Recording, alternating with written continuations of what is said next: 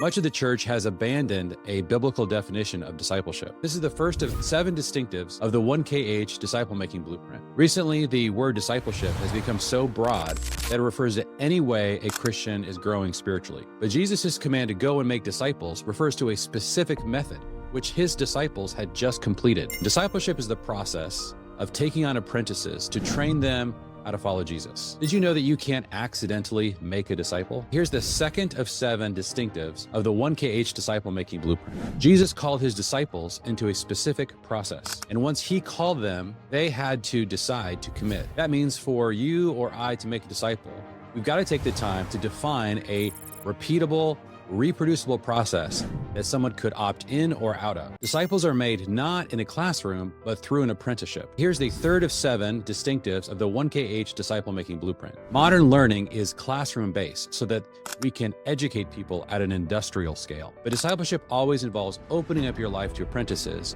so that they can see the specific ways you practice following Jesus. Discipleship is not training people to follow us. It's training people to follow Jesus. Here's the fourth of 7 distinctives of the 1KH disciple-making blueprint. Paul said in 1 Corinthians, "Follow me as I follow Christ." Unfortunately, none of us today get to personally follow Jesus like the disciples did when he walked on the earth.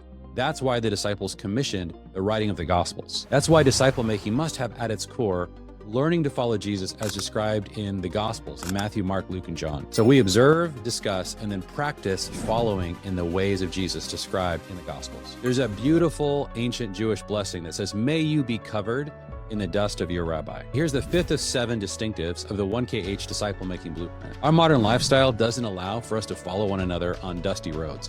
So how can we make disciple-making really life on life? One way we've discovered is that you can plan immersive getaways with your apprentices, and this can make discipleship so much more meaningful. We can also take a look at our lives and then come up with a checklist of various ways that we can invite those we're apprenticing into our lives during a season of discipleship. Discipleship is really not about taking people through a pre-planned curriculum. This is the 6th of 7 distinctives of our life on life disciple-making blueprint. All right, we know none of us is Jesus. So when we take on apprentices, it's important that we focus on giving them what we have and not what we don't have. This means that we must catalog our teachings. These are the ways that we follow Jesus, and we impart that DNA to our apprentices through specific trainings. So discipleship never ends with us.